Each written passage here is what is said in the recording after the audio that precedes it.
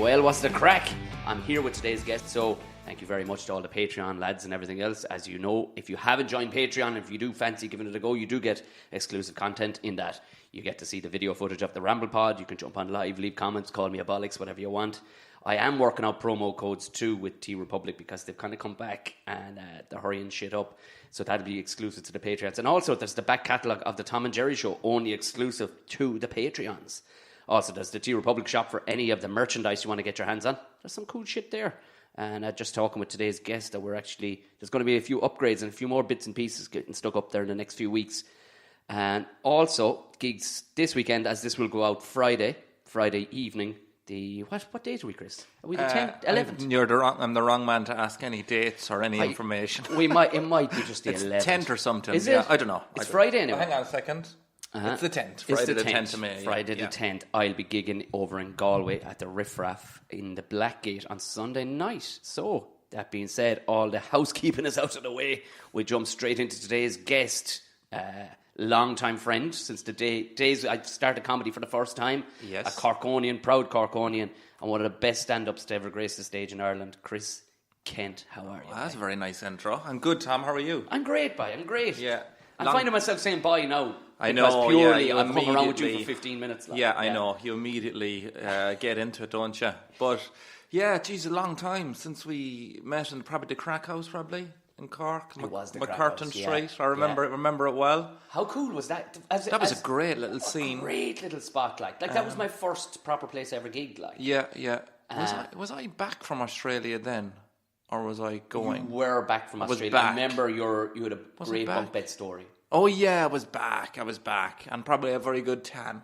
You would have imagined. Tan, but you always had great tans. I have a great tan. We used to go. I'm blaming you for my lack of fitness, by the way. Really? Because you left me high and fucking dry. Where? We used to go to the gym together. Oh yeah, in Rathmines, and then you decided to further your career and take your wife and your child off to England and leaving me behind to get fat. Yeah, well, I got fat in England, so we can blame each other. You're tearing up trees over in England, man. Yeah, I am indeed. Yeah. How's it? How do you what was it? You've settled now nicely, like, you know. I have, but I'm always a bit itchy, like, about coming home. You know, I'm always kind of going, but because I spend so much time here gigging and touring in Ireland still. But I just miss it because every time I'm here without my family, I suppose. So you kind of miss it even more, even though you're visiting it the whole time. London, England in general, is pretty much me slogging the gigs. Yeah. Club scene, every variation from the roughest places to the nicest clubs, you know. So I'm on every level over there, every level. Anyone, any club, any kind of, it gives me a different experience every night of the week, like. Right, yeah. Are you living in London, or are you still living out in St Albans, yeah, just outside London. I was there once, and like a child, it's a nice spot. It's a lovely spot, but I took a picture of a bar called The Cock. The Cock, yeah. Oh, there's loads of that. Oh, the Cock, yeah. Well, apparently they did a good, and I don't mind saying this, they do a good roast in the Cock, but I'm going to be honest, I was not a fan of the roast in the Cock. I was like, the service was slow, there was barely anything, everything that was wrong with a meal, like, I was like, this is, you know, that's one thing I will say. And it's not being biased or anything, because I have now tasted and been in there, like, Irish people. You've tasted the Cock. Like. I've tasted the Cock. I've just tasted the Cock now, and I'm not. I've had my fill of the Cock. So we just do food better here. It's simple. Yes. It's simple. Yes, we better. Do. Like, we do. There's down to the most basic carver. Absolutely, and I'd never had any idea before I left how good we had it. I was like, wow, this is. It's hard to find. Maybe it's the population over there, or the fact that there's so many, and the demand is so high that they can just dish out any shit from most places. So it's like, It seems to be quantity over quality, doesn't it? Little bit, yeah. A heap of it there. Yeah, little bit. Like when you can make what would you call it? A franchise out of a carvery, like the Toby Carveries. Like. Yes, yeah. That's never going to be. No, that's not good. No. What pride is going to be in that? There needs to be a bit of love in the carvery. You know? There needs to be love in the carvery. Yeah. There's not enough said about it. Like, but I worked with, and Natasha's parents, I remember, lived in England when we were going out at first, and I remember anytime we went to visit them, with one suitcase just full of fucking beef. Oh yeah, bringing beef over to them. Beef over, because they wouldn't touch the beef over, like. Yeah. And it was just, again, I think it's intensive farming, as you said, because it's 70 or 80 million people to be feeding. Like. Yeah. But And again, it was just perception because I've never lived in England, but who verified it for me was a very proud Englishman, was Rick Mail. Oh, right, yeah, And yeah. he'd never been in Ireland for more than just a passing through on a car. Wow. Until the week he was there for Damo and Ivor, and he had beef every night. No way. What the fuck are you doing to you put It's cocaine amazing. in it or something? Yeah. I was like, no, it's kind of a thing we pride ourselves on as good grub. Yeah, like. yeah. He'd never eaten beef like it. Yeah, that's good. Plus, you're from Cork too. Like, you're spoiled down in Cork. Yeah, I came up, and I worked in a butcher's, and I know, but it's just the quality of food in general. Like, I'm always bringing stuff home as well. I'm always bringing cheese, or not home, I called it home. God, fuck. Fuck, you did it, and I let you do it too without fucking poo. I'm bringing cheese, I bring cheese back mainly, Kilmeaden cheese, and, just bread, or, that's my area. My bag always gets pulled off to the side. And it's just full of cheese, lads. Excuse me, relax. Yeah. You're a fucking drug dealer with sausages. Exactly, yeah. Because that was one of your first jobs. Because I remember we were driving. I don't know what gig we were going to. Were we going up to Derry or something? Probably, yeah. I think we did a lot on Oma. I remember we were on Oma quite a bit together. Yeah. And Belfast as well. It was always the north. We seemed to be linked together. And we were driving up along, and we were having chats about construction, like. Yeah. And I remember Marcus O'Leary was sitting in the back. Oh God, yeah. Marcus was. It may have been two fellas talking about porpoises. For as much as he knew. Yeah. And in fairness, he pointed it out and went, lads, the last 20 minutes. Yeah, seriously. I haven't understood a fucking word of anything he said. And it was like you'd been talking. I remember, and it was a thing that was really poignant. You were talking about the fear of cross-treading.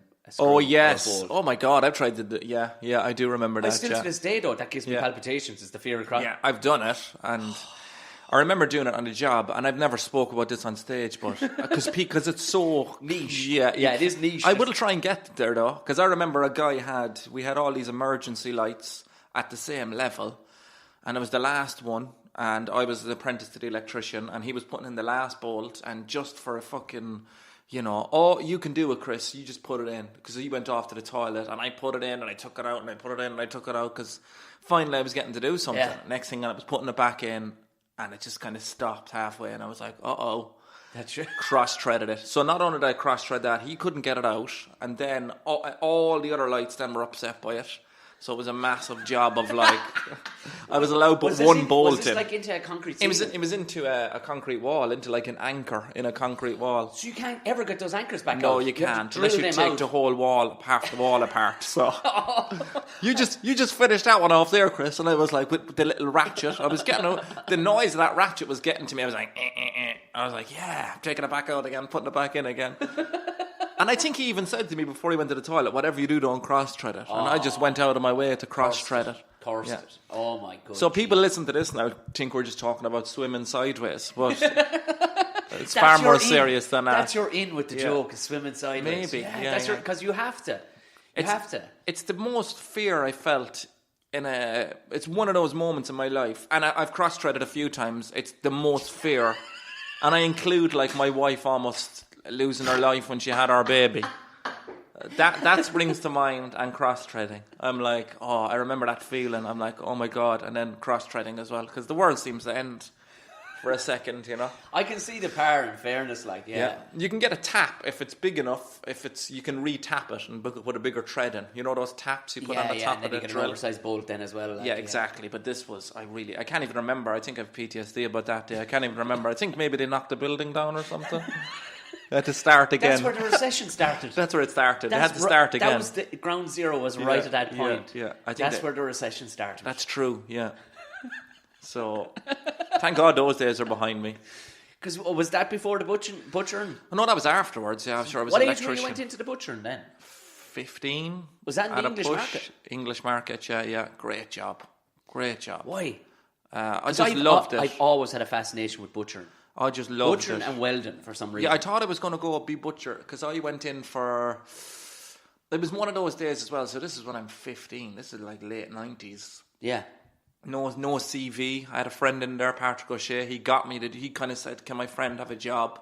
He's not Patrick of Patrick J. O'Shea, is he? Oh yeah. Did a bit He's of one comedy, of those yeah? O'Shea's. Yeah, The yeah. He O'Shea's. did dabbled into comedy as well, and he got me the job, and then I got my friend the job. My friend, the only difference being stuck at it, and he has his own butchers now down in Passage West. They're very good butchers down there. Of course he does, yeah. Yeah, flying it. Range Rover out the front. Yeah. Oh well, yeah. I don't know. I think he's a Mondeo, but a nice car though. It's the Passage West. Yeah, his Passage, like he's stuck at it, like But it's mad that he just said, "Can my friend have a job?" And I went in and started, and then I said, "Oh, can my friend have a job?" And he came in and started, and it's only serving people.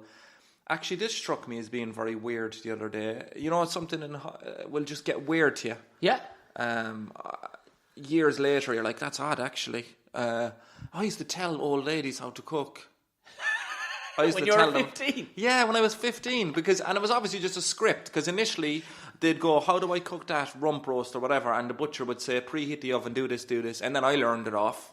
So then I'm telling the women and the ladies, I'm like, yeah, preheat that, no, preheat that, and I wasn't even allowed make toast in my own house with my mother, but I was telling these old ladies how to cook stuff, Had you any concept of what the fuck he was actually talking about? Not really. Or were you just reciting the reciting the script? That's amazing. I would love to get cooking advice from a chirpy Cork 15-year-old. Yeah, but you know what? I kind of felt a bit weird about it, and I was like, now looking back on it, why were they asking me? Yeah, that's a valid point. I was 15 and I didn't even look 15. I looked half cooked myself, to be quite honest. And they're like, "Oh, that's the guy I'll ask how to cook my dinner. I'll put my trust in that fucking pimply 11-year-old looking child that's in an apron that's way too big for him, how to cook my dinner." And you're like, you're a woman that's been cooking all your life. Why are you asking me? I think you do see the old ones.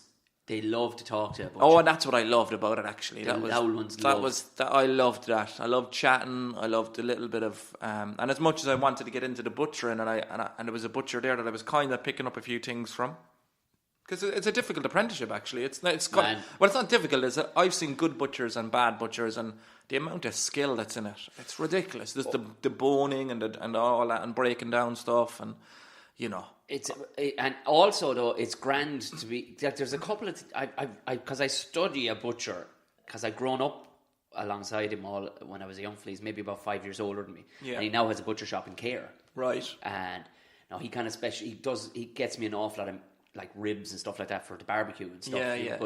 He I don't think it just ends at knife work and all the rest of it. No. If you have the gift of the gab. Oh yeah, because he's in a really bad spot in the town. You can't park outside. But when you go in there, the lads have been in there for half an hour. He may as well serve him a couple of pints, like. Yeah. And he has all the stories. And he's really good at telling a story, like. Yeah. So you're like, it's important. Before you know it, you've dropped 30 quid, like, and all you went in was for a pound of sausages. Quality as well, though. I have to care about quality, because there was different butchers that I worked with over through the years, and there were like some dodgy fellas. The old man always said different that, butchers, and I mean dodgy. I mean, like, I think there was a turkey left over for, I don't know. It didn't even look like a turkey anymore. It was hanging in the fridge. It should have been thrown out without a shadow of a doubt. I don't know. We were pushing on springtime probably. And I got back from my lunch break one day, and this butcher that was kind of floating through and doing a bit of work was like, "The bird?" And I was like, "What about the bird? You've finally thrown out the bird that I wanted to throw out for you." And he looked over and he went, "Stir fry, look at the stir fry." And he cut it up and put it in the stir fry. Rotten bastards. I know. And I was like, even when that was one thing now when the old lady's like, "I might get a bit of stir fry," and I'm like, "Oh, maybe." Trying to deflect them from killing themselves, because I was like, that stir fry will finish you off. Won't be going near that stir fry. Because they were telling me stories that, like your man's butcher shop out the back, it still has like the killing room and everything. Like, so they still do all that. Yeah. So cattle come in the back. Oh, really? And that's the only way he can compete is by making himself kind of artisan, Yeah. So he doesn't source anything that's more than 5 miles away. Wow. So that's his thing, and so the pigs are all organically raised as well. That he does any day, but. He was saying he ran into, by pure fluke, this fella who had the building like back in the 80s. Right. And he's going, "Man, we did some mad shit back then. We just didn't know about fucking diseases and stuff that you might get from, or sickness. Like a fella might bring in a dead cow in the back. Right, yeah, like if there was people out in the front of the shop, like you'd be going, Jesus, Calm her down there. The lads be kicking the gates and stuff to make out the God. cow was Yeah, wild. Yeah. The cow would be dead maybe 2 fucking days, like. Yeah, and then yeah, all of a yeah. sudden the boys would start butchering it, like. Yeah. And going, Oh, wow. Funny sense of humour, like, isn't it? But then people were tougher back in the 80s too. Absolutely. Like, you know what I mean? Like, they were, Yeah, but even in the butchers where I was, we used to bring in a lot. We had a cutting room as well, where they bought all the big cattle, and we broke them down in the cutting room in Blackpool, and then bought them in. So I sort of had all these experiences. But even getting the meat delivered, it's all different now. It's all kind of ready to go. A lot of these butchers, it's all cut. It's all kind of ready to go. meat salesmen. Yeah. So back then, I remember bringing in sheep with a guy. You couldn't even understand him. You could never Nailus was his name, and I was like, we had name like Nailus is definitely from Kerry or West Cork. But we had a kind of a trolley that was, it was just like an old and a trolley that you could fit. It was like a wood either side of it, and you put the meat on that way, and one of the wheels was dodgy, and the steps going up into the English market used to be a big ramp, and we used to put out 2 bits of wood, chunks of wood and you'd take a run on it and pull it up. So I was going to your man, come here, the wheel is punctured, so we're not going to fit everything on into one. We need to do 2 trips. Yeah. And he, no. And he put all the sheep on top of it, and the sheep are kind of split down the middle. So he put all the sheep, and the sheep are stacked up, and I was like, no, we need to do 2 runs at this. He was like, no. And I was like, oh, God almighty. Put them all on, so lash and rain as well. And as soon as I went to turn the trolley, the wheel gave, the trolley went that way. All the sheep were sliding out onto the road. Out onto the South Mall. Out onto that was the Grand Parade, that end, yeah. So, out onto the road. So, like, can you imagine you were driving down the Grand Parade on that evening, and you saw me just running out onto the road, picking up all these sheep and going, sorry. Yeah, maybe we should have done it in 2 goes, all right. And I'm like, oh yeah, we should have, because half the sheep are all over the bloody main road. Because I was actually behind a transit van that pulled in at a halal butcher's. Oh yeah. The other day, and your man just they weren't hanging up. They were skinned lambs. Yeah. Although they were fucking big lambs now. Yeah, These fuckers had all their back teeth like right. lambs. Yes. But they were just on the ground on the floor of the transit line. Yes, your man just dragged them out as if they were a bag of fucking cement. Yeah, do you know, rather than actually trying to pick them up and put them on your snap. Yeah, that's the way it used to be, I think. It used to be all on the ground. Just fucking on the ground. I've got 2 hernias to thank for that place. I got from lifting the beef, from lifting the hindquarters and the forequarters. Ridiculous. I mean, I was small and I used to box, and I used to be like carrying in these big, huge bits of beef that were way too big for me, like, you know.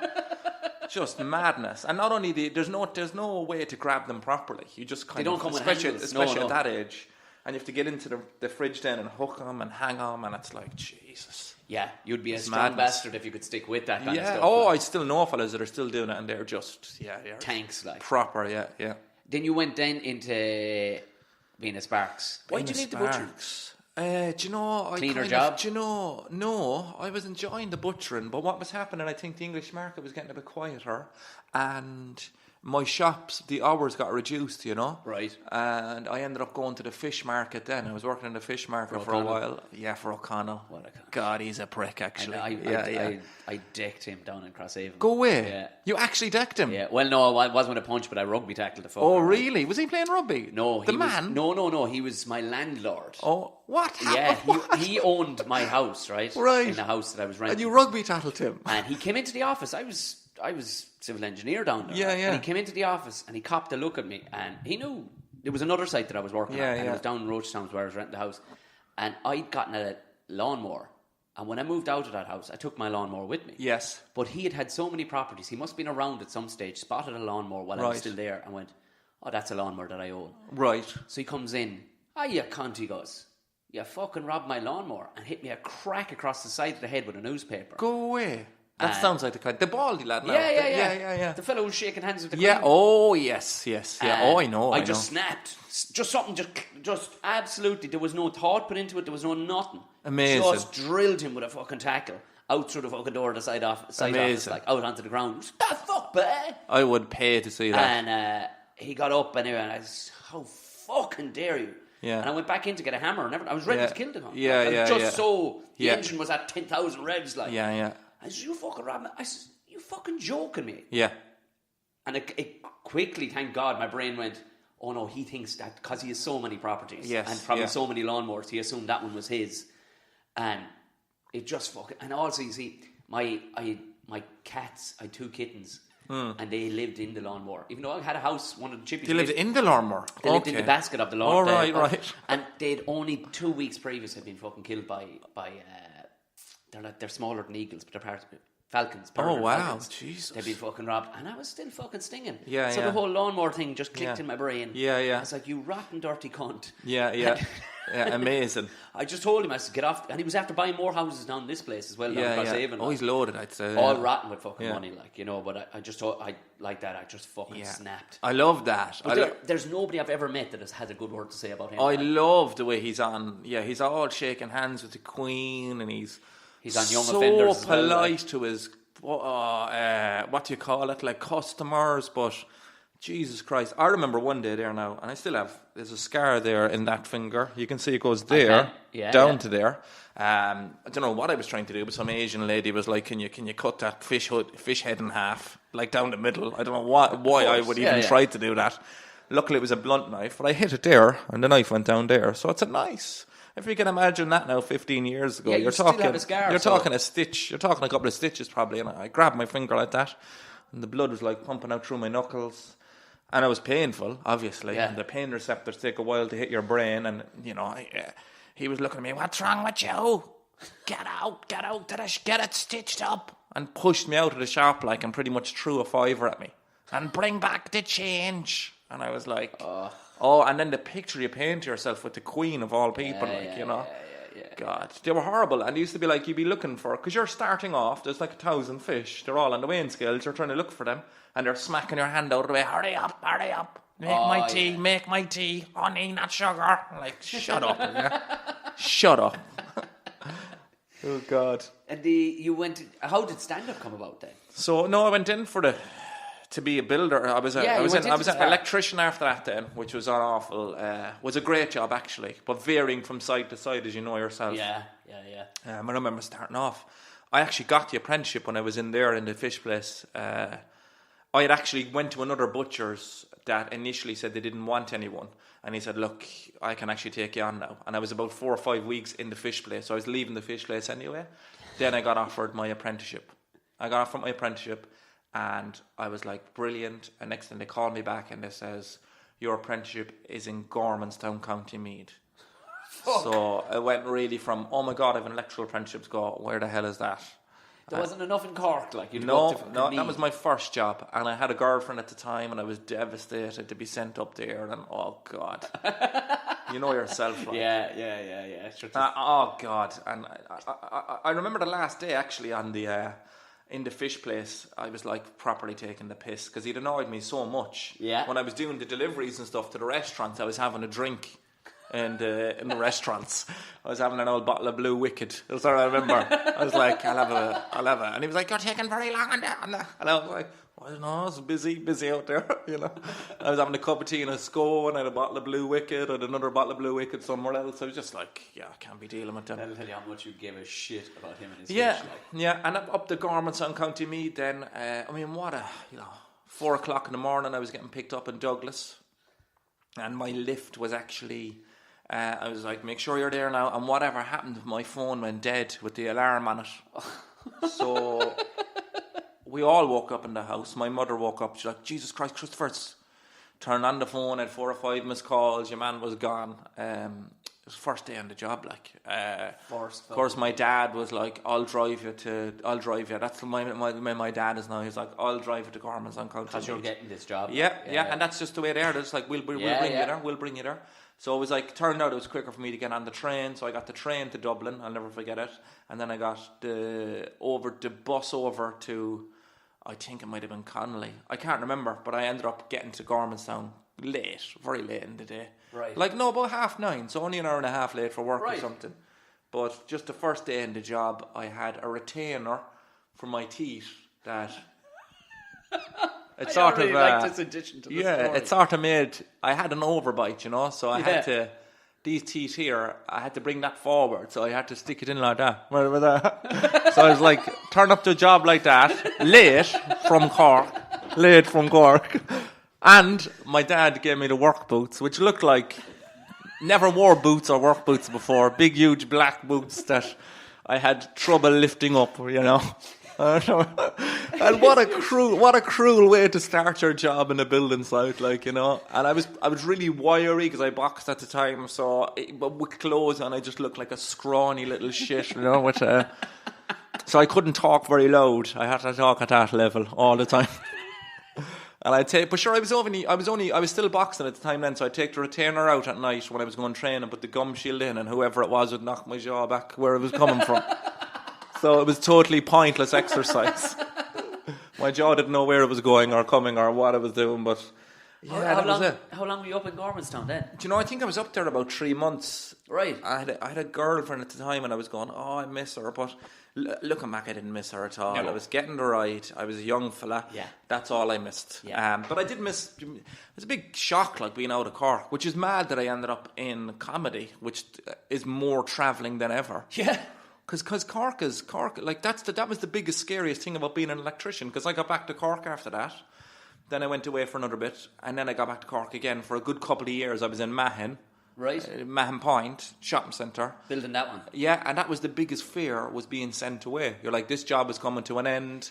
We hear they're looking for 30 or 40 fellas in Dublin. And we were all like, oh, God, I don't want to go to Dublin. Oh, we don't want to go to Dublin. We're in Cork, we're with our mammies, you know. Cork has some pull, doesn't it? We don't it want has to go. Some pull on Corkonians. I don't know what it is like. It's a city like every other, but for some reason. Yeah, exactly. No, it does though. I think it was like, I suppose I was boxing at the time. I had my boxing club. I had the girlfriend as well. I had, you know, but we used to make up game. We used to make up. So when I was kind of older then, we used to make shit up to the apprentices, right? So we'd go, oh yeah, this job's coming to an end. And I know, it's horrible. And if you're listening, if you're listening, Stevie, to this, I apologise to this day. He was an apprentice, and I only remember we called him Stevie Bubbles because he believed there was a bubble. He went looking for a bubble for the level. Because I was going to say was that one of the things? That was one of the things we sent him off for. Yeah. So anyway, get a bag of sparks for the Andy But I was the opposite. I wouldn't believe anyone. So I was like total Mr. Pessimistic. No one and there was genuine things that I was refusing to go for. So pick up that phase tester. Phase tester. Yeah, what's that? Star Trek, is it? Like female bushings and male bushings. Yeah, they're genuine things, and I was like, sure, I'll go over and get a female bushing for you. And they were like, no, please go and get it for me. And I was like, fuck off. I was really knocking a heenie at the time, fuck off. And then So anyway, I go, and we were down in Mahon. The job wasn't really coming to an end, but we were like starting to rumour that there's a new job. And the new job was the M50, because it wasn't built at the time. M50 wasn't finished. Right. And they're we have the contract to wire the cat's eyes on the M50. So this young fella believes it anyway. And to wire the cat's eyes. We told him that his name was on the list, and he went home and told his mother about it, and he was going to be going to Dublin to wire the cat's eyes, and his mother was none the wiser, obviously, as well. I had to tell him one day. I just had to tell him. I was in the toilet, and he was washing his hands, and he was telling someone else about it, and I just said, sorry, man, the cat's eyes are reflectors. You know, they don't need to be wired. The fact that he was believing that probably told us everything we need to know about it. Yeah. So he left. Yeah. He vanished from the site anyway. And next thing, the building site got finished, and I was still there for a while. Yeah. And I was finished, and we were getting our lunch in the Tesco's of the place we kind of pretty much built. Yeah. And who do I see? Stevie Bubbles walking down the aisle in the Tesco's uniform. Stevie Bubbles. So he left an apprenticeship, and he went and he worked in the Tesco's. And I was like, oh, fucking hell. I kind of felt lousy, but another part of me wanted to get on the tannoy and tell him that Stevie Cummins, or Stevie, please, report you're going to the Tesco's in Abu Dhabi on Tuesday. I wanted to do that so badly. I was like... But you know what? Like, there's something in that. Stevie shouldn't have been dealing with electricity. No, he shouldn't have been. Exactly. Do you know what I mean? I did the world a favour. I did the world a favour and him a favour. Yeah, like there could be a great fire. Yeah, like, yeah. 1666 in London. There could be a great fire somewhere if that man was still wiring things. You're right. Yeah, yeah. So I feel better about it now, Tom. No, thank totally. you. This is what this is all about, Chris. Thank you. Yeah, yeah. I feel I should release that from my guilt. Did you have a strong guilt Knockahedy locker. accent so when you were young fella? Never had a strong one. When I was young, when I was a teenager, probably a bit. Because, like, the amount of people, like people from the north and stuff like that, when they hear me and you talk, they're going, there's some accent to me. It's exact same. Yeah, exact same. Because they've pretty much thought you were a farmer. Yeah, exactly. I was going, no. Well, yeah, Chris doesn't. I was trying to explain it to some boys. I remember one, I think it was Connor Keys. Yeah. I was going, no, Chris doesn't sound exactly like where he's from. Yeah. Probably because he's travelled a bit and stuff like that, but no, because they sound a bit different. I was going, if you met somebody who had a proper Knockah accent... Yeah. Indecipherable, kind of, in many ways. No, like it's those soft R's. Yeah. Cock, there's no R. It's just cock. It becomes quite French, I think. It does, yeah. Well, I mean, I think I had a bit of a Knock accent for a while. So what happened to me then was... It was travelling, and it wouldn't have been travelling, exactly. It wouldn't have been travelling per se. That would have been fine if it was just the electrical work. My Cork accent never would have changed, but it was stand-up. Right, yeah. So when I started doing stand-up, and I think it led to my style being deliberately slow. I used to speak very slow. I was terrified of being misunderstood in Dublin or Belfast or wherever else. Right, yeah. So I started speaking slower. So then, and I would speak kind of slow anyway, but that's where it kind of came from. And then references and stuff as well. You're terrified of references, and it's kind of like goes from there really. But I never had a proper maybe a little bit when I was a teenager, but I still don't think I have. I still have a Cork accent. I still don't think. Some people lose the Cork accent and everything. And I hate that. No, you'll never be mistaken from a lad from Athlone. I get that. I hate that neutralised kind of. Oh yeah, you've gone to UCC now, and you're kind of like, what? Well, how are you talking like that? I know that drives me mental. And now I've nearly forcefully retained my country accent, my Tipperary accent, on purpose as a result of that. So have I. Yeah. Well, I've kind of I've worked hard for it, and every now and again I feel it's slipping a little bit in England, where it mightn't even be an accent; it's a phrase or two, and I'll go. Okay, I'm delighted. We need to nip this in the bud now. We went up to Spar before this, and we were walking and we were chatting, and almost every friend that I've ever had that goes to the UK, somewhere in a sentence they'll drop their T at the end of a word like that. And it's like that, Tom. Yeah. And I swear to God, I was genuinely listening for it, and not once. It was like 4 years ago, just going to a gig. You hadn't changed one bit. I was fucking yes. To my detriment, though, because the woman we were getting coffees off didn't know what I was talking about. Nah. Chris didn't know what I was talking about. Have you got the loyalty card? And Chris says, I won't, no, but I'll take one. I'll take one. No. No, do you have one? I'm like, no, but I thank you. Good luck. Grand. I just walk away from a lot of stuff with things I never ordered going, okay, thank you. I suppose that's mine now. But that's the mad thing about Dublin too, and especially where we are. Yeah. We'd be in the minority being Irish here I'd right now. Say so, yeah. So which probably serves best because there's a lot of tourists here and stuff like that. So it's grand. But the reality is that they're looking at us going, what are they saying?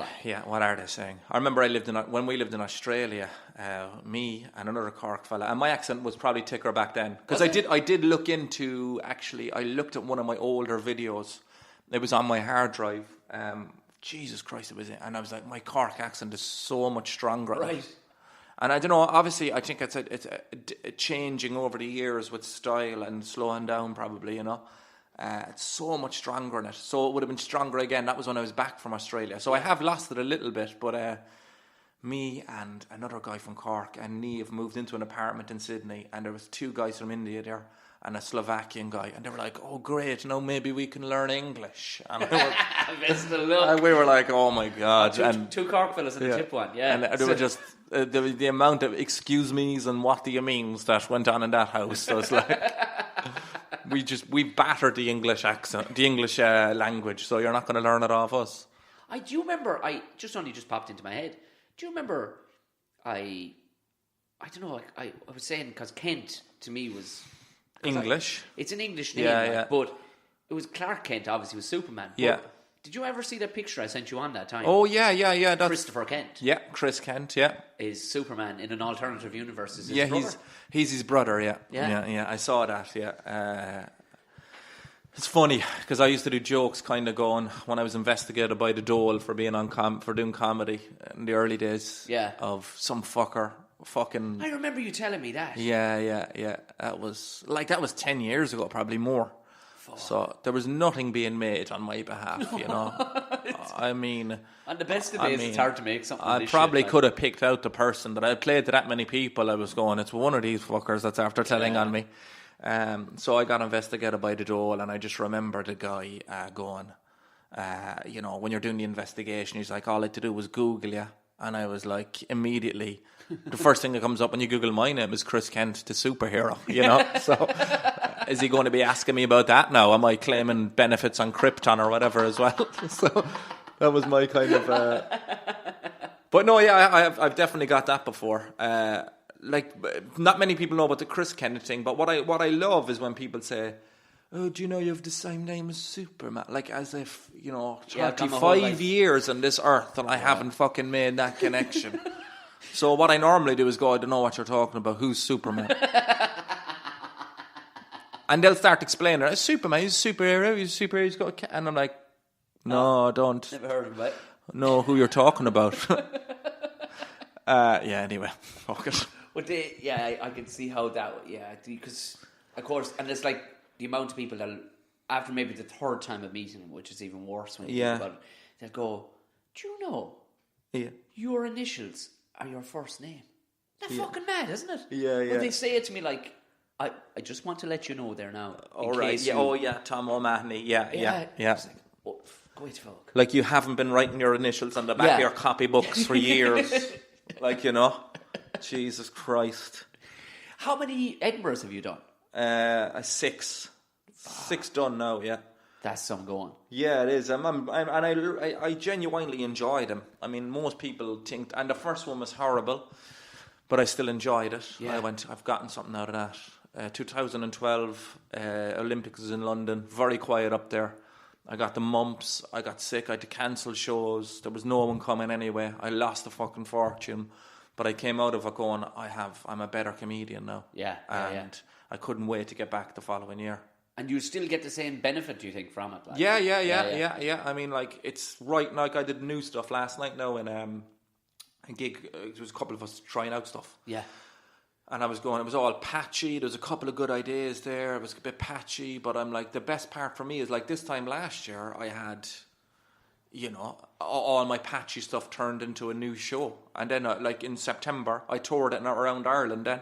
And I go to myself, I wouldn't have had that show if I didn't go to Edinburgh. Yeah, right. That's just the way I'm looking at it. Like, and that's the only thing I'm trying to get out of it. I don't think I'm going to get a big break over there from reviewers or from anything like that, because I was very naive going there. I didn't know reviewers were a thing. I didn't know fucking awards were a thing, and I think it's just not going to happen that way. But what I can do is get a new hour together, like, you know.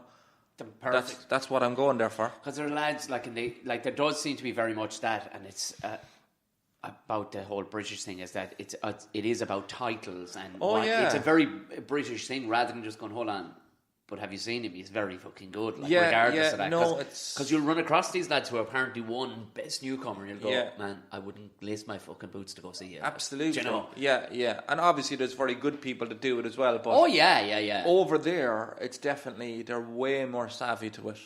Before I left for Edinburgh 2012, I basically didn't even know really what it was. I was like, you do an hour every day, okay. And you have to get the people in, okay.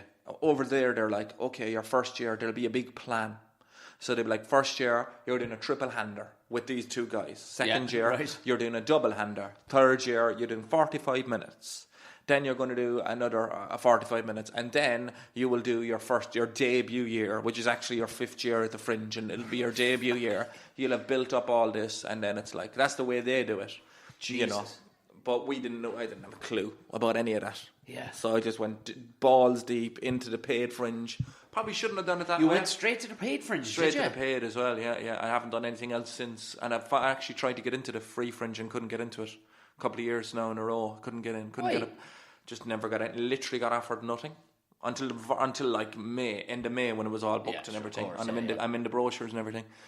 Just couldn't get anything. No, they just So I've been paid pretty much ever since. And is it leveling out? Like, you know what I mean? Yeah, it is. Yeah. The last couple of years now, I wouldn't have lost money. I'd say broke even or made a couple of hundred, which isn't much.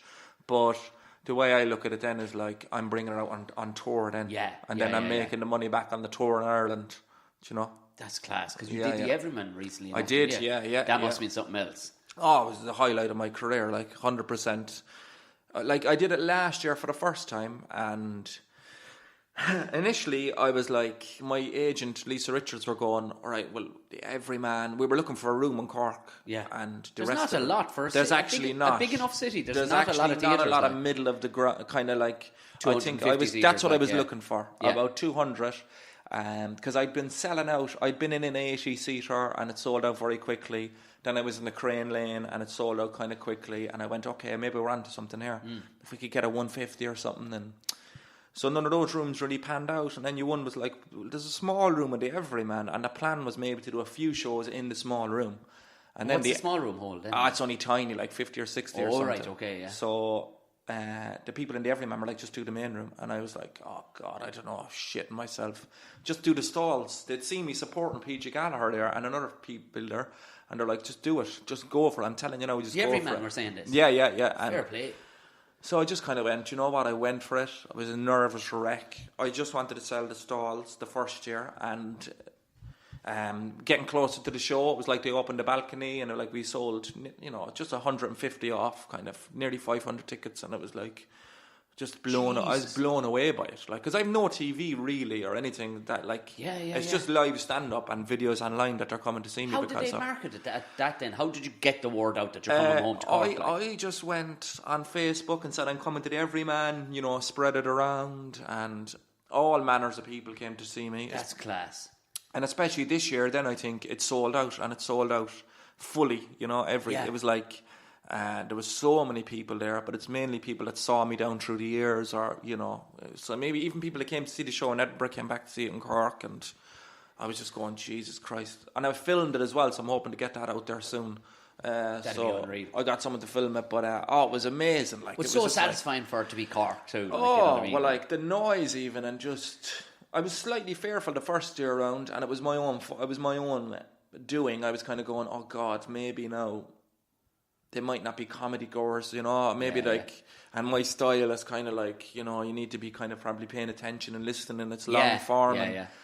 I could not have been I was so wrong about them. I went out and they were just hanging on every bit, and they were clearly there to see my stuff, Yeah. And the second year was even better. I was like, how did that happen? So right now, I'm just trying to write a better show for an Everyman. Not just for the Everyman, for all the tour next year. That's the plan.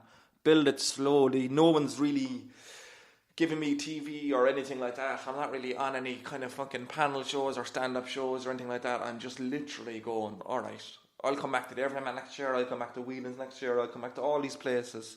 I will guarantee I'll have a new hour. Do you know what I mean? Yeah. And then let's just see if we can build it up gradually, organically, I suppose, Yeah. And it's growing, like. Well, that's the thing. Like, I mean, you're if you do, like, if the trigger is pulled too early, like, and you do, say you've got a big TV thing or something like that. Yeah. People are expecting a lot from you. Oh no, I think it can definitely happen too early. Yeah. And then you're burnt. Then, like, it takes a long time to get your stand-up craft. Yeah. Do you know what I mean? Where are you doing it 12 years now? Oh, I'd say so. Yeah. What am I now? 35. Maybe more. Maybe 14. I'd say. Oh yeah. Yeah, I'm doing it since I'm 21. Yeah, I'm 35 now. So Jesus. First couple of years were obviously pissing around, hobby. Wasn't making any money, social welfare listening, obviously. And then it just takes its own thing on. Like, you start doing a solo show, and then, you start. I've only done 3 tours now, but they've consistently got a little bit bigger in Ireland, That's so brilliant. Hopefully next year now will be a bigger one again. Class. Did you, like, because you always have nice poignant names on your show, but I'd love to, because some of your imagery that you describe things like how you look like Chinese man from behind. Yeah. Chinese man. I can't even say that, can I? Well, I don't even say that on stage, though. That just came out of my head wrong. Well, you do look I look Asian Chinese from behind. You look Asian from behind. Yeah, you I do. Yeah, and it's been said to me on numerous occasions. Yeah. So yes, that's not a race, but that might be a great name for a new show. Yeah, I know it's an old bit you used I to wanted to do that. I wanted to name my show Chris Ken Chinese from Behind, and just have a picture of the back of my head and all the posters, but. My agent in England at the time was like, that is a terrible idea for a show. People need to know who you are. People need your face on the poster. So I have a couple of more different titles now that I might be doing, because my agent in England disagreed with quite a few of them, that I kind of wanted to do. So the next one might be kind of a bit different or something. Yeah. Maybe not as brazen as that. Or that's not even brazen, but eventually I'll call it that, probably, I'd say. But you got an awful dose one year you were at Edinburgh. Didn't you? You used to do a bit about it. The mumps, You got a dose of Edinburgh. Got a dose of Edinburgh. That's what all the comedians were telling me, because it was a hard festival to do before I went over. Everyone was like, "Oh, it's really hard. You have to work every day for an hour." And I'm like, "That is fucking not hard." Threading a bolt. Try cross-threading a bolt and getting a night's sleep after that. And be thinking that the whole building's going to be ripped down because of you. And you're like the result of the recession. And you're like trying to explain yourself with your teeth stuck together. Sorry, I don't know. I know you said not to cross-thread it, but sorry, I'm so sorry. That was a terrible thing to have, Jesus Christ. Yeah, I did. I got a dose, the mumps, but I'm always under the illusion like that. Even when terrible shit is happening, I'm like, there's something in this. Do you know? Yeah. There's something, something in that. It's the one true gift of stand-up comedy, where shit can be falling to pieces. Like my honeymoon was a bit of a disaster. There was bits and pieces of it falling apart, and I was just going, not at the time. I never relish at the time and go, "Oh, this is going to be brilliant." It would be always like kind of post-mortem. Okay, there's something in that. Yeah. There was 4 or 5 funny things in between all that, and then the disaster itself was funny. So I get a new show out of it, you know. My son being born got a new show out of it, like that was really dark stuff. Like my wife had some quite difficulties when he was born, but I knew there was enough funny shit around it to go, I need to tell people about that, like, you know. Yeah. So it's the one good thing about comedy. Yeah, and that's a weird thing when people ask me, "Well, how was your holiday?" Yeah, and I go, it was grand actually. Yeah, I'm nearly half disappointed something I know. shit didn't happen. Yeah. I'm a magnet for shit, though. I'm a magnet for shit. It's like my family and stuff are just like never ever surprised when I do something stupid or something stupid happens, and they all relish in telling each other, "Oh, he forgot his passport. Oh, he got on the wrong bus. Oh, he went to the wrong airport." Always doing it. I'm just in a different world a lot of the time, you know. Yeah, but you're in the stand-up world. Like, it's hard to keep your shit together when all you're thinking about is performing in front of people. Yeah. But as you just say that shit happening, and I just brought me back to thinking about just up the road from where you're from. There was a fella doing. There's a lad who used to stand up. We mutually know him. He doesn't do it anymore, but he's mad for an old tattoo. He got a tattoo a few doors up from you. Oh, yes. Do you remember there was Yeah. I think I was telling you that he got it on the... He went in, there was a fella doing tattoos out of his bedroom. Yeah. In a house up in the corner there. Yeah. Up from your I remember, house. I think I remember that, And he got the date of his birth. Right. Tattooed on his shoulder. The date of his own birth? Yeah, like the year, just the 88, I think it was. And it was like, right. You know, because you need to be rocking that. Like, right, of course, right. But I remember he got... he was delighted with it. Like, and I pulled up. He rang me because I was picking him up. We were going to a gig. Yeah. I said, "I'm up in this such and such." I said, "I know that spot. Yeah, it's near where Chris Kent is from." So I drove up, and there was a young fella setting fire to shit and all the rest of it. So I had to drive around. And then I always kind of liked it up there. Like, you know what I mean? There's a wildness, but a good nature people. Like, But I pulled up, and your man was, "He's man in, see the tattoo." And I said, "Oh Jesus, right? You couldn't just bring it out to me." And I went in. And this fellow was chuffed to bits with himself after doing your man's tattoo. Right. And it was in the numerals of like American football numbers, you know, so it's square edges and corners on it. Like, but he'd done like a piping around the outside, which is what you do to show that it's chamfered or whatever. Right. But halfway down one of the eights, he must have lost concentration because instead of leaving it white, he filled it in black. And then I was just looking, and it stuck out like a sore fucking thumb, like. Right. So what did it actually say then? It did say 88, but it was just wrong. It looked like it had a blobby edge on one side. Yeah. But just the fact that both of them sat there so chuffed. Yeah. And for a good 20 seconds, I'm going, how the fuck do I tell him? Yeah. Does he know now? I said it straight away in front of him. Yeah. I couldn't help it. I just blurted it out and went, what happened to that pipe in there? Is that... Yeah. And the thing was... Did they fix it? There was no fixing it. Oh, really? Because it was supposed to be left blank. Oh, and God. he filled in this corner. Oh, Jesus Christ. Yeah. Oh, God. And there was the fact, like, your man was shocked then, like, both of them seemed shocked. The tattoo artist, we'll call him. Yeah. And your man, I'm like, you're getting a tattoo in a bedroom. In a bedroom. Yeah. What do you expect? What do you expect? Yeah. Be lucky you don't have fucking hepatitis right now. Yeah. You wouldn't get a haircut in someone's bedroom, let alone a tattoo. That's for life, like, you know. Exactly. Yeah. So it was like there was just one of those glorious moments that just popped into my. I liked it was called the Holly Hill Inn, but it's gone now. Yeah. Is it? Well, it's not gone. It hasn't been open for a long time. Flying Bottle. The Flying Bottle. Yeah. That's some name for a pub. Great name. Great name for a pub. It is and it isn't, because when you're in there, you're like, oh, this is the Flying Bottle, and then But you get I to. must have been in there 5 or 6 times with different fellas I worked with Yeah. and stuff, and I never saw 1 ounce of trouble. Like. I never did either. No, I did once or twice actually, but never. And in general, no. Great crack, great people, great laugh. Of course, it just is. It's a rough area. It has its reputation. Yeah. Knocknaheeny. But the vast majority of the people up there are, like, it is a cliche, but they're salt of the earth, amazing people. Yeah. They do more for you than fucking any fucker in Montanati or whatever. Or do you know what I mean? Well, any small job I was ever doing, whether it was a driveway or maybe a wall for somebody I was putting in or whatever, fuck me. You better turn up hungry.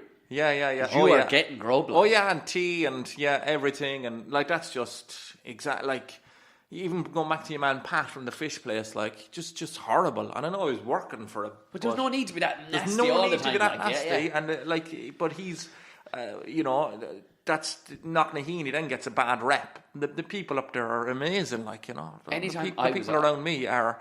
They go out, they be tripping over themselves a lot of the times to help you, like, you know, when something is wrong. Or I remember even years ago, a little bit of trouble with my dad's car, the neighbours coming over, oh, let's do this or let's do that. Or, do you know, it's just like, you don't get that. That's what I kind of miss, a sense of community. No, I can totally see why you'd miss that, like, you know what I mean? Because you are typically, most places you'd be, and even I'm from rural Tipperary, but you're kind of lone wolves, like. You know. Now you could borrow a thing from a fellow up the road, but there physically isn't. There physically couldn't be that level of tight knit, because you could be 300 yards away from your neighbour. You know what I mean? Yes, different. You know, so you mightn't pass each other for a month, because you might be going out to work in the morning or whatever. Like, you know, so it was never. I could get it. You know. And like, I remember when I moved to Cork first, I seemed to gravitate to all them lads. Yeah. Do you know?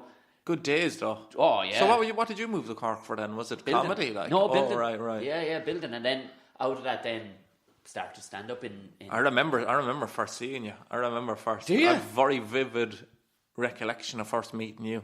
Do you? In the crack house, yeah. Fuck. Tom the Bear. And you had the cuffs. You had a really fancy kind of shirt on. Did I? You did. You had a very fancy went from kind of t-shirts to shirts. Yeah, because it's not the way you are now at all. Like, you had a fancy old shirt on and collar and all that. And I think I was the same. Actually, I might have had it was just it was just kind of the time that was in it. But you're trying to find... The blazer kind of was, I think, kind of semi kind of would wear a blazer on stage every now and again. And looking back, it's like cringe, like, you know. Oh, like pictures would pop up on your timeline. Do you remember 8 years ago? You're like, what was I like? Yeah. But in stand-up, you're always trying to... You're going, what is the perception? Like, I still to this day empty my pockets. Yeah. Or if I've like a phone or something, I'll put it in my arse pocket, because I don't just don't want people going, wonder what type of phone he has. I know, it's crazy. You know, like, yeah. And I thought I was the only person to do. And Damo Clark and myself were gigging a couple of weeks ago, and he saw me put my stuff into my arse pocket. He goes, oh, "You do it as well?" I said, "Yeah, but it's just taking away the wonderment, you know." No, it makes sense. Like, you don't want to be distracting them in any way. So when I was starting out, you don't know, am I a jacket wearing comedian? Am I was the same. Shirt, I was the same. Yeah. But then your fashion sense just changes throughout the years. Yeah. Like, and well, mine, in fairness, is not. I'd be more casual. I'm very casual on stage. Let's call it casual. Yeah, I'd feel I kind of wear a casual shirt at most. I'd feel very weird in anything smart. Yeah. Like, I wore weird. To be ridiculous for the crack. I wore a ridiculous shirt actually last weekend. Right. In Care. Right. It was a shirt that I bought for my wife bought it for €8 because I was hosting this thing that was kind of mad anyway. Okay. So and there was no stand up in it or anything, but I wore it, and I said, you know what, in Care, I'm going to wear this ridiculous shirt, because for the first time, I'd say in maybe 4 years, I was going to have a couple of drinks while hosting this gig. Right. So I was all out silliness, all pressure was off. Yeah. And I remember thinking, I feel like a total ballback, but I would never do this in a comedy club. This is a one-off gig that was in a hotel, you know what I mean? But yes, it was almost gone over the level because it was such a ridiculous shirt, and I pointed it out. I goes, I know this shirt is disgusting. Yeah, but I think we can all get on board with how ridiculous it is. Yeah, but you know, yeah. See, that's good. That's good to do it for a laugh every now and again, right? It's kind of going, oh, that's great. But I think too many comedians put a bit too much thought into what they're wearing, and you can really see that they're trying hard. And you're like, did you write any jokes this week? They'd be like, no, but like, I do have this kind of sparkly, and you're like, what the fuck? I did get new shoelaces, and you're like, they're kind of funky, and I'm like, that's the least. If they're looking at your shoelaces, you're in big trouble. Actually, yeah. I think some people do get caught up in it, and it's weird because it kind of sells as well. Some people are very clever at it. They have a bit of a brand going, and straight away it goes. But you need to have the comedy as well to back it up. Like, yeah. You know, because in fairness, you have some turnover material. Like, how do you feel about dumping that hour then? Like, see, I kind of dump it.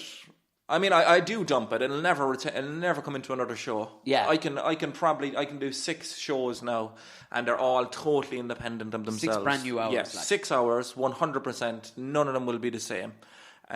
But you see, you kind of dump it, but you chop it up, and I often bring back older bits for club nights. Yeah. So when you come into a club to see me, all bets are off. I'm either trying a few new bits, and there'll be a blend of every fucking show in there, you know. And have you ever done a bit now from ages back, and you went, fuck, I can do that way better right now? Like, yeah, kind of, but also the opposite.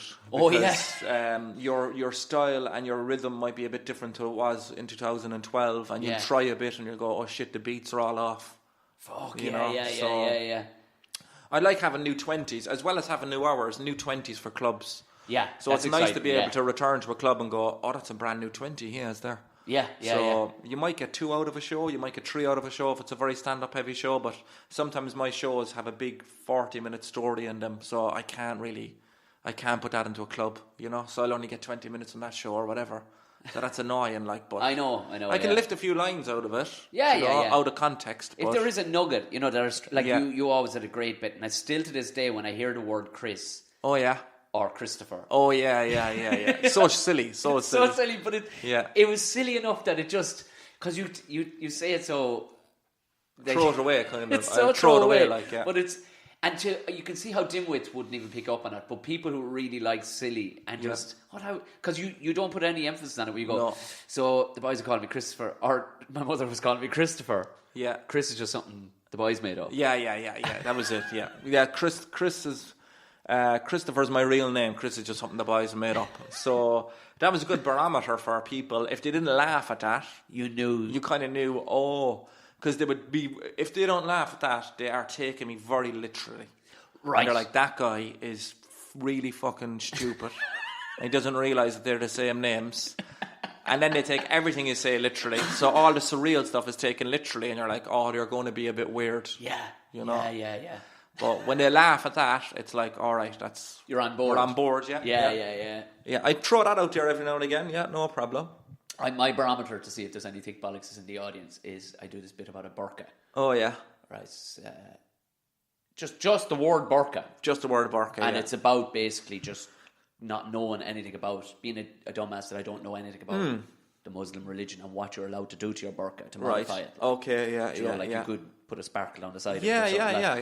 But to see people recoiling because you say just a word about it's a word. It's a buzzword. That's all it is. Yeah. It's a buzzword. But you'll see people going with it because they're going, "Oh, this is a silly man." Yeah, I like what he's doing here. But you'll see. But sometimes they seize up. Yeah, they only hear that word. Like I used to do a joke about Google and about child porn, and as soon as they heard child porn, they were like, yeah, we're switching off. Yeah. Even though the joke is totally against that, rallies totally against, it's about Google. It was years old. But it was like, I remember hearing it in the news, it was like, Google have now agreed to stop sending back search results for child pornography. And I was like, it was odd to me. I was like, so you've been doing it all along? And you think that's a fucking good idea? Yeah. And the kind of bit was like very surreal and going, what were they thinking like the whole time when people typed in, where did they think they were going to go, you know? Oh, this is the guy looking for sexy children. Where are we going to send him? You know, I'm sure he doesn't mean any harm, like. I remember you used to do it as that third person. As the third person. Who was Google going? I was only Google, yeah. She's right, yeah. And then I did, if Hitler had Google, like, we would have been in trouble, like, because, there's a man looking for all of the Jews or whatever, but when you got to do the bit, it was funny. But sometimes none of that ever got a laugh, because as soon as they heard child pornography, even though it's against everything that's about, they go, oh, no, he's joking about it. Well, you're not joking about it. You're joking. You are joking about it, but, it's crazy. Yeah, it's crazy. It's funny, how people, like, I got pulled up one night in the laughter lounge and it was over a word, and I've said this before, just talk about how people can just hear a thing and just go, that's me. I got pulled one night, a word that wasn't even said. Yeah. And it was, apparent, a chap came over to me, he was a big good-looking black fella from America, and he comes over, can I talk to you real quick? Right. You look like you're sour about something. Yeah. And I didn't do anything. This is after the show, After the show. Great set. Right. Everybody seemed happy. And there was nothing controversial in what I said at all. Yeah. I'm not really, it was you're just silliness, not. No. And I says, you look like you're sour about something, so I'm off the clock, lad. Right. I don't know what to tell you. Yeah. He's, no, I don't think you said it, but I think a guy that you know, my girlfriend thinks you said it. So right at the top of the show, did you use the N-word to address everybody? I went, what? Fucking what? In what context? Like, no, I says, when you went, hey, and I went, no, that doesn't make any sense. There's what? No, who would use this? Is Ireland? Yeah, that's an American word for one. Yeah. And almost everybody in this room is white. Yeah, there is no, and my material isn't like that or anything. And I walked over. His missus was white. Wow. And she was just. See, I went over to her and I kind of had it because he went. I was back over and tell her to fuck up. Yeah. I bet you're only just arrived in Ireland. He went, yeah. I said, well, here's the fucking thing. Irish people are not a pack of cunts. Yeah. So go back to your missus and set her straight. Right. And he clearly did, but she wasn't having it. As I was walking past, I couldn't have it. She just throw me a dirty look. So I went over and this during the break. Was she American as well? Yeah. Right. And a big heavy one. Right. So she was clearly ready to be offended on his behalf. Yeah. Which I said to her, I says, did he tell you? And he told me, but I heard what I heard. I said, but you fucking didn't, because like 'twasn't said. Yeah, and you have a very different accent, so she clearly heard something else. And just went with it. Yeah. And I said, there's 350 odd people, and your boyfriend. Yeah. Didn't hear it. Yeah. I said, are you just here to be offended on his behalf? Yeah. This is not America. Like, we don't do, like, what are you talking about? I said, do you know what? I said, I have a funny feeling that deep down you're a racist. Oh, wow. And what did she say to that? I said, because you're so hyper ready. Yeah. That's your own insecurity. It's your own insecurity about the fact that you're going out with a black chap. Yeah. When it should be that you're just delighted to have a lovely boyfriend. Yeah. I said, stop being a racist, will you? Yeah. I walked away. And what did she say to that? She just, her jaw was open. Amazing. And I just walked away. Brilliant. Bag on my back and off into the car. Because that gets recorded as well. I mean, it's not worth the time of day for them. Like, but not at all. You could go, oh, yeah, I know I didn't say that. But yeah, people just go, I mean, I have a joke on my last show about paedophiles. Great. But basically, it's not about paedophiles. It's about it's my own experience, which fucking annoys me that people go. And it doesn't happen that often. They but make it about them now. I call them on it now. I go because the joke is about when I was in karate when I was small. I'll do the joke now because it's the only way to explain the context. Great. So we're coming close to the end. This is great. We're going to finish with a Chris Kent fucking joke. So I basically say I was taken out of karate by my mum because basically the karate, the sensei was walking around naked after training. True story. Fully togged off? Fully togged off in front of all the children. Yeah. That's not the funny part, Tom, but you know, whatever floats your boat. What the fuck this guy was doing? Like? Exactly. But even as a child, I knew it was odd, but I can't articulate it because I don't know what's odd about that man. That's kind of how innocent I am. Right. I'm going, something isn't right here. And he tied my laces one day naked, and I just remember wanting Velcro shoes. So I knew, and I never had a problem with anyone else tying my laces. So I say, my mum took me out of the class. That's it. I said, but at the same time, we can't assume that he was a paedophile. I said, I think we were all kind of going there. But I said, I'll even kind of stand up for him. And I'll say, look, maybe he was unaware of how inappropriate he was being. Maybe he does this in front of his children. This is an extension of that. And he just doesn't know, you know. Then I go, but you can't take the chance. Because a paedophile is one thing, but a fucking black belt paedophile.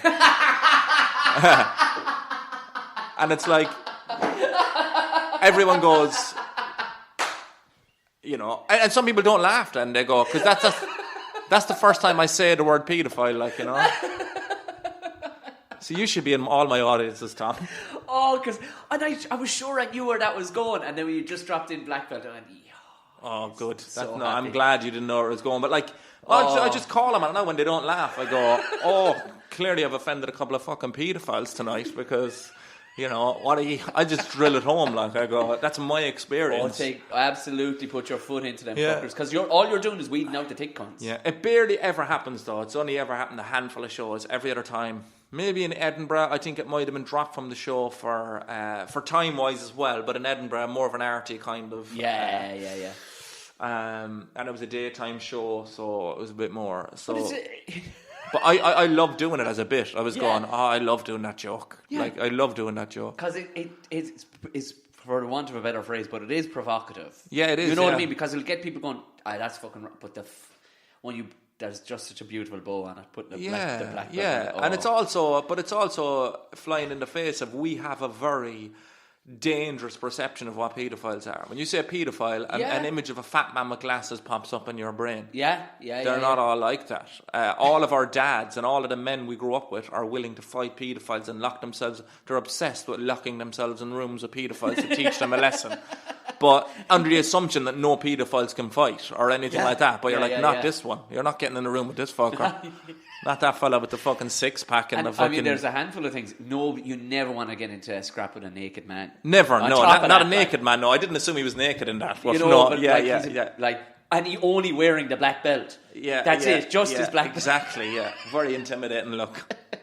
Very intimidating look. Oh, fuck, that's so good. So let's get a roundup of where we can find Chris Kent, because this will be going out tonight. And great. So we have a run-in too. Are you doing any previews? I'm only doing a work in progress this year in Edinburgh because I have another baby due at the end of July, so I'm doing only work in progress, and it's for the last week of Edinburgh, right? Okay. So I have a few previews though. I have one in Smock Alley, in June with Neil Delamere. So just look that up and it'll come up. I don't know the exact date. I don't really have any more previews in Dublin. I'm in the Laughter Lounge all this weekend.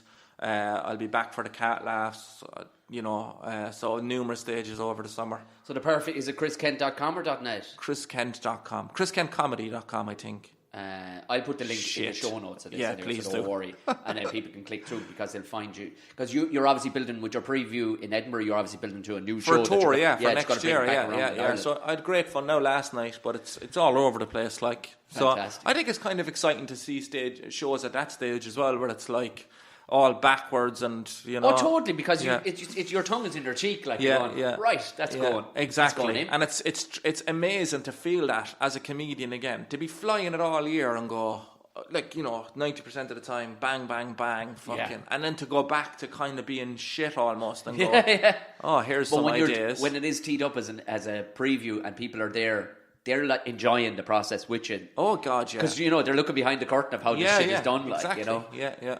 So, Chris Kent, it's been a fucking pleasure. It's been a pleasure, Tom. Thanks a million. Thanks a million. Cheers, man. Thank you. That was great.